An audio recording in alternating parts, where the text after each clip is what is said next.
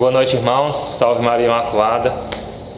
Hoje nós damos continuidade à formação em que a Associação Diocesana Servos de Maria promove. Essa formação tão importante para nós, é o básico, na verdade, para a nossa formação católica, que é o Decálogo, os 10 Mandamentos, instituído por nosso Deus, ratificado por nosso Senhor Jesus Cristo e ensinado por toda a Igreja no decorrer desses 2000 anos. Então, aprendemos na outra formação os mandamentos, os primeiros mandamentos que são remetidos a honrar, a fazer cumprir o desejo de Deus, honrando a Ele mesmo, ou seja, honrando o seu nome, honrando a sua pessoa, a sua divindade e também honrando os seus preceitos, honrando e dando prioridade a estar com Ele. Então, os primeiros mandamentos foi ensinado essa prioridade que todos nós devemos para com Deus, devemos ter para com Deus, sob pena de cometer a idolatria, como foi ensinado por nosso irmão Luan. Hoje ficaremos com os primeiros mandamentos que devem ser realizados por nós, devem ser observados por toda a Igreja, para com o próximo, o quarto e o quinto mandamento. Então, eu convido a você a pegar a sua palavra no livro das cartas de São Tiago, no capítulo 2, versículo 10 ao 11. Tiago está depois de Hebreus, versículo 10. Pois quem guardar os preceitos da lei, mas faltar em um só ponto, se tornará culpado de toda ela. Porque aquele que disse, não cometerás adultério, disse também, não matarás. Se, pois, matares, embora não tenhas cometido adultério, torna-te transgressor da lei. Palavra do Senhor, graças a Deus. É com esta breve citação das cartas de São Tiago, deste ensinamento, que é o princípio de toda esta formação, para que possamos realmente, e eu ouso a dizer, para entendermos todo o decálogo. Porque muitas vezes podemos cair naquilo que o Senhor e os apóstolos, consequentemente, já alertavam ao povo, de não observar um mandamento só, de não cumprir a lei baseado em um ou dois, e assim cair no seletivo, de cair nos mandamentos a seu bel prazer. Mas não, nós devemos cumprir a lei como um todo. O Catecismo da Igreja Católica vai ensinar no parágrafo 2069 que a lei de Deus, os mandamentos do Decálogo, são mandamentos atemporais, que é grave o seu cumprimento que nós devemos ter. Não é algo opcional. O Senhor, no Evangelho de São Mateus, capítulo 5, versículo 17, ele diz que não veio para transgredir a lei, mas para dar pleno cumprimento. Então, esse é o nosso papel com a lei de Deus, porque, como diz o apóstolo João também, vai dizer, aquele que ama a Deus observa os seus mandamentos.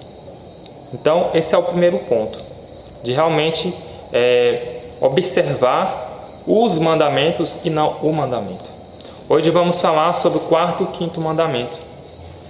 Então, entendendo esse ponto de partida, de não cair no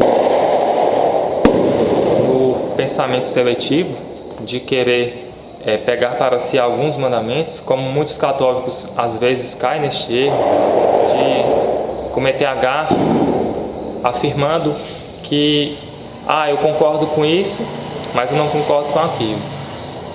Eu observo o primeiro mandamento, amar a Deus sobre todas as coisas, eu honro o seu nome, não cometo nenhuma blasfêmia, mas não concordo que devemos honrar devemos guardar os domingos e festas instituídos pela igreja. E assim a pessoa vai caindo no relativismo e quando se dá conta, já não observa nenhum deles. A própria palavra, em outra passagem, o próprio Senhor Jesus fala sobre isso. Pega aí você a palavra no Evangelho de Mateus, capítulo 5, Sermão da Montanha, versículo 19. O versículo 17 vai dizer que o Senhor não veio para transgredir. Então já cai por terra aquele argumento de que o Senhor é averso ao cumprimento da lei do Antigo Testamento. Não. Se fosse assim, no Sermão da Montanha, no Sermão das Bem-aventuranças, ele não tinha ratificado a necessidade de nós cumprirmos toda ela. Então no versículo 19 deste capítulo, o que diz? Aquele que violar um destes mandamentos, por menor que seja, e ensinar assim os homens, será declarado o menor no reino dos céus. Mas aquele que os guardar e os ensinar, será declarado grande no reino dos céus. Isso é bem semelhante a uma outra passagem, em outra ocasião, que o Senhor fala que os escândalos infelizmente acontecem, mas ai daqueles que os provocar. Porque ele vai dizer o Senhor, seria melhor que essa pessoa que provocou escândalo nunca tivesse existido, e ainda fala que deveria ser amarrado uma pedra de moinho ao seu pescoço e lançado no mar. Então, é muito fácil para aqueles que não concordam com esse tipo de ensinamento, que não é ensinamento nosso, longe de nós, é a própria palavra, é o próprio catecismo da Igreja Católica que afirma tudo isso, né? Então, pessoas aversas a esse tipo não, ao pensamento mesmo que a Igreja fala, né? Ele vai contra isso, né? Mas e acusa a nós que pregamos realmente a autenticidade do Evangelho de radicais. Mas, como vários pregadores e estudiosos da Igreja falam, radical deveria ser adjetivado o próprio Senhor Jesus, né? O Senhor Jesus que falou isso, não foi nós que inventamos. Então o Senhor o Senhor Jesus detesta os escândalos, né? E Ele quer que nós cumpramos os mandamentos. Então, como vai falar no decorrer de todo o Sermão da Montanha, né? Abrindo aqui esse modo de ver o decálogo, não basta amar a Deus sobre todas as coisas se você comete a idolatria de preferir outras coisas ao invés do seu compromisso que você tem. Você que tem um compromisso de rezar todos os dias, nós que somos convidados a rezar o Santo Rosário ou o Santo Terço, outras orações marianas, você que é servo de Maria, você que diz em relação ao segundo mandamento que não blasfema contra o nome do Senhor, mas zomba ou dá crédito a piadas, a ofensas contra a vida dos santos, contra a vida daqueles que se doaram veemente pela igreja. E em relação ao terceiro mandamento, você diz que guarda os domingos, né? Mas não honra também, né? O seu próprio movimento, o seu próprio grupo em que você esteja inserido na igreja. Então devemos ter também, né, esse entendimento integral do que seja o cumprimento da lei. O Senhor, Ele quer de nós esse entendimento integral, né? Então, São Tiago foi bem enfático em dizer isso. Guardar, né? Mas guardar os preceitos da lei, mas faltar em um só ponto se tornará culpado dele. Hoje nós vamos falar sobre o quarto e quinto, né? E o Senhor, no Sermão da Montanha, Ele também falou sobre adultério, né? Aqui na palavra também fala sobre isso. Não adianta não adulterar, mas se você mata, né? E o Senhor fala que em relação ao adultério, né? Não somente o ato, mas os pensamentos. Aquele que olhar para uma mulher, diz o próprio Senhor, com um desejo de possuir, já cometeu adultério. Então, por isso que, em relação ao sexto, e os irmãos vão falar sobre isso, o sexto e o nono mandamento, né? Não é somente não pecar contra a castidade, você jovem, você que já tem uma vida a dois, não somente não pecar contra a castidade no ato, mas no próprio pensamento, os pensamentos impuros também, né? Corroboram para que você caia em ele. Então, depois que a gente aprende, né, eu fui aprendendo, né, e fui botando em prática, né? Eu com minha futura noiva, a gente observa isso, né? E também tem um cuidado de promover esse ensinamento, para que nós não caiamos em erro. Aqui fala sobre o 4º mandamento. E aqui o catecismo da igreja, né? Você que está inteirado e possa ter o catecismo, o que diz? Em relação, é algo bem interessante, né? Em relação aos deveres dos filhos para com os pais, no parágrafo 2217. Enquanto o filho viver na casa dos seus pais, deve obedecer a toda solicitação dos pais que vise o seu bem ou da família. Quando crescerem, os filhos continuarão a respeitar seus pais. A obediência aos pais cessa com a emancipação dos filhos, né? Aqui, né, a gente entende a maioridade, né, ou o casamento permitido em lei, em que a igreja ensina. A obediência aos pais cessa, né, com a emancipação, mas, continuando, não somos protestantes, mas o respeito que lhes sempre lhes é devido não cessará de modo algum, pois tal respeito tem sua raiz no temor de Deus. É o princípio aí da sabedoria, que é o temor ao Senhor. Então, não é que a obrigatoriedade, né, de você obedecer aos seus pais com sua emancipação, né, vai deixar de você ter o cumprimento de respeitar os seus pais, você que mora com os pais. Então, o 4º mandamento, né, também não deve ser visto de uma maneira seletiva, né? Assim como todo o corpo do decálogo, dos 10 mandamentos no conjunto, né, a gente não pode escolher um mandamento, também a gente deve ser um pouquinho mais além, né? Observar os mandamentos na sua raiz, né? E realmente, né, fazer essa reflexão diária. Será que eu estou realmente honrando meu pai? Como assim honrar, né? E o catecismo continua. O 4º mandamento lembra aos filhos adultos suas responsabilidades para com os pais, enquanto puderem. Devem dar-lhes ajuda material e moral nos anos de sua velhice.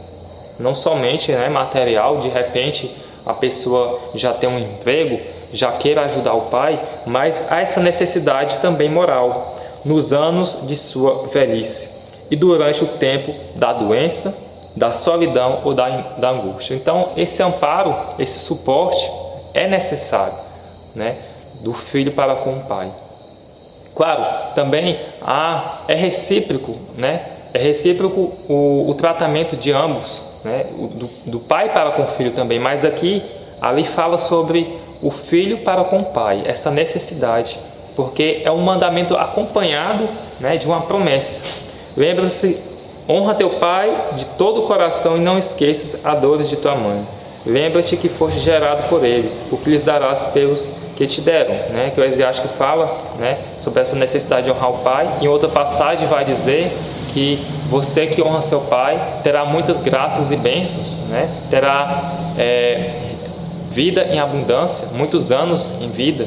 Então é um mandamento acompanhado de uma promessa.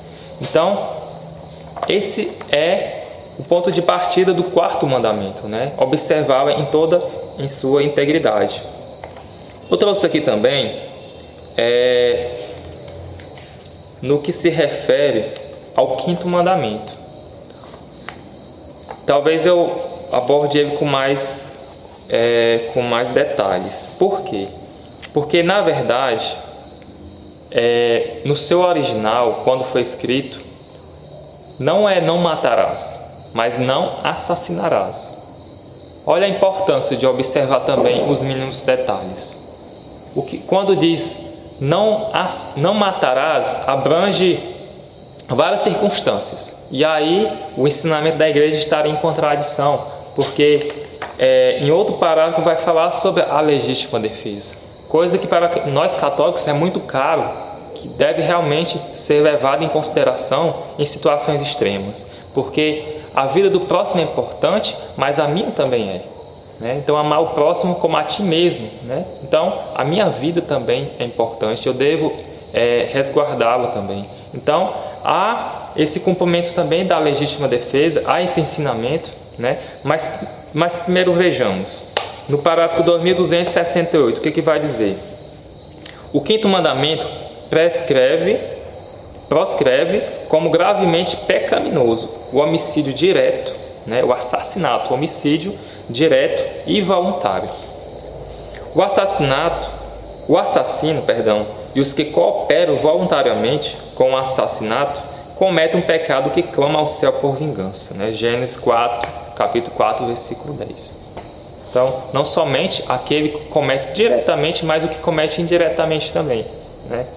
E aqui fala involuntário, né? Não a pessoa que é forçada, mas a pessoa que agiu sob livre consciência, né? Cometeu realmente, né, esse assassinato, né, cujo nome falamos em homicídio. Outras formas, né, de assassinato, o infanticídio, né, matar as crianças, né, já em idade, né, fratricídio, parricídio e o assassinato do cônjuge são crimes particularmente graves, devido aos laços naturais que rompem. Preocupações de eugenismo ou de higiene pública não podem justificar nenhum assassinato, mesmo amando dos poderes públicos. O que quer dizer isso, né? Sob o eufemismo, ou seja, sobre falar sobre determinado assunto de uma maneira a esconder o seu significado, isso é o eufemismo, né? Talvez pratique-se, né, pelo poder público muitas vezes, né, como assim, a própria promoção do aborto, né? E aí nós católicos que somos providos, né, de natureza, de fato, respeitamos a vida desde o seu início até sua morte, desde a concepção até sua morte natural, devemos estar de olho nisso, né?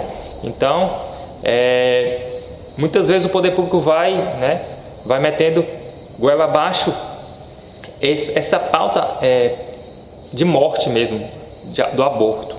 Então, o eugenismo que é a seleção, né, da vida, e dizer que aquele, né, é melhor do que o outro, né? Dizer que esse tem mais capacidade de viver e aquele não. Então, essa seleção da vida humana é veemente reprovada pela Igreja, reprovada pelos santos e deve ser realmente reprovada por todos nós, por todos os fiéis. Então, o que aqui diz? Preocupações de eugenismo ou de higiene pública não pode justificar, né? Não pode ser desculpa para adotar, né, o assassinato, o homicídio. Então, o quinto mandamento, né, ele diz: não assassinarás. Por quê? E aí eu respondo, né, com outro parágrafo do Catecismo da Igreja Católica, no seu número 2263, que fala sobre a legítima defesa.